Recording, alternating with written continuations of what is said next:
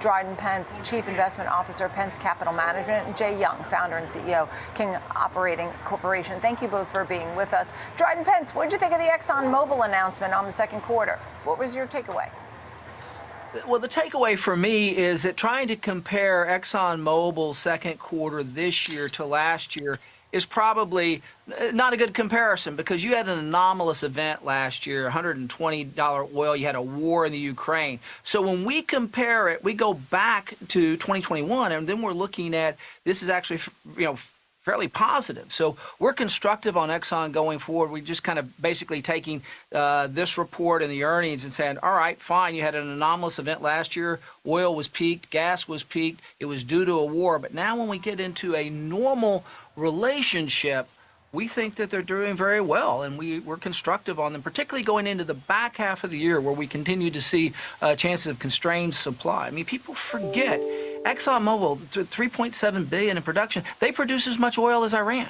They'd be the 7th largest producer in OPEC. So are you a buyer, Dryden, of this company? This company is in our models, yes, and so new money gets it. Absolutely. I understand. You know, the CEO, Darren Woods, has talked about the record oil demand that they expect to see over the next year or so, Jay, and I was wondering your thoughts. Do you like Exxon at these levels and what you heard from the report? Absolutely. I mean, one of the biggest things that I like about what they're doing is they're enhancing their recoveries. You know, the completion, when you drill a well, complete a well, you don't get all that oil out of the ground. It stays there. 10, 20% of it never leaves the ground. It stays in the ground. So what Darren's talking about is going back in to recover more oil. His goal in the 2018, 2019 was to go back in and enhance their recovery methods. So to get more of that oil out of the ground, they're not going to get 100% out of the ground, but they can get 20, 30, even up as high as 40%. So that was one of the good things I liked. The other thing was, they're talking about the headquarters going down and moving to Houston where everybody can collaborate, get together. I mean, you hear about AI. Hey, that's still not anything to talk about with people and decisions, emotions. That plays large. That plays really big with Exxon moving forward. So yes, I really do like the stock moving forward. Jay, do you like Chevron? You said you like Exxon. Are you a Chevron fan? What about some of the others that always seem to come up on my radar that people like? They like Phillips 66. What are some of the names that you like on the group? I do like Conoco, but I'm going to tell you what, though. I mean, there's these smaller companies that do what I do, right? I mean, they're smaller companies and they don't have the access to capital. They're not huge. Ring Energy's always been on I like Ring Energy. They're out of Woodlands. They've been in Midland forever. San Andreas Prospect up there. I mean, they have. And if you look at the they're trading for like 2 times EBITDA right now.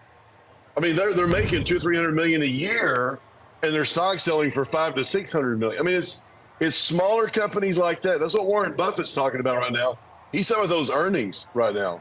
And the earnings are what's driving these stocks, and that's what I'm a big holder in Ring Energy. I'll have to say that. So, but I'm not trying to solicit for them. But I do love the stock. I love the people. I love the asset, which is when you get your oil and gas prices and they continue to increase your production while you're looking at decreasing your drilling completions. Yeah, that's what makes a really great company. Jay, what's the ticker symbol on it? If you don't have it, look it up and tell me. After, do you have this symbol on that? No. Ring Energy is it? I want to talk to Dryden in the meantime. Dryden, tell me about where you think oil is headed, because Goldman Sachs came out. They talked about the demand. We have the CEO now of ExxonMobil saying the same thing, Dryden. Oil passed $80 a barrel. So you're a fan of ExxonMobil, Dryden. What about Chevron and some of the other names? We're constructive on the whole sector, and definitely Chevron as well. They're large and dominant and integrated. I think when you talk about oil pricing, we see that there is a demand. Demand's going to outstrip supply in the latter half of the year, so we see oil prices firming up. We think, we're going to be in that range now. We've been in the 60 to 80. Now we're going to probably move in the 80 plus range a little bit. I don't see it getting out of hand or going back to 100, but I think that we do see this thing tightening up a bit, and we're going to be very constructive. So you're going to see oil, the range at which the oil price volatility is going to probably begin to move from 75 to 85, maybe to 90. So as you get in the back half of the year, you have this instance where companies are far more efficient than they have been. And in doing that, they're going into a market where they have higher prices, higher margins. That's going to be good for earnings. That's also probably going to be good for the. I mean, you think about Exxon's PE right now is like 8.2 or to 11, on a forward, and you're looking to an S&P that's at 17. So there's room here based on all the metrics. And what we see going forward for these companies to benefit from a higher oil price, and it'll increase margins. And there you go. Yeah, look, and profitability. And we've seen some of these companies do incredibly well with record earnings over the years. Jay, what about, moving into the world of, alternative energy? A lot of these companies are already doing it. Even Exxon and Chevron are already working on that. Yeah, they are, and we are as well. Everybody talks about it. It's on everybody's. We just got some permits in Wyoming, which is incredible. But obviously, you had to talk about what you're going to do going forward. But it is something that's coming. I mean, we know electric cars are coming. I mean, it's like there's no question out there. But what you don't see, you're still going to see an increase in demand for oil because we're not using 100% of oil. Is cars. There's all these other. If you look around, there's all these different products that take all these different, materials like plastics and lipstick and all the other things. So we're not going to be done with oil anytime soon. And when you have companies such as Ring Energy, I mentioned earlier, which is REI is the symbol.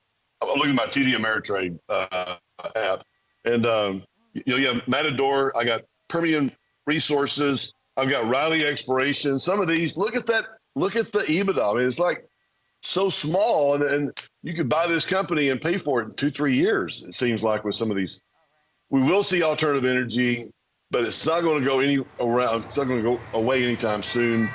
We're excited about the future moving forward. All right. Thank you both very much. And thanks for that ticker, REI. I'll check it out, too. Nice to see you both. Thank you very much. Dryden Pence, Pence Capital Management. Jay Young, King Operating Corporation.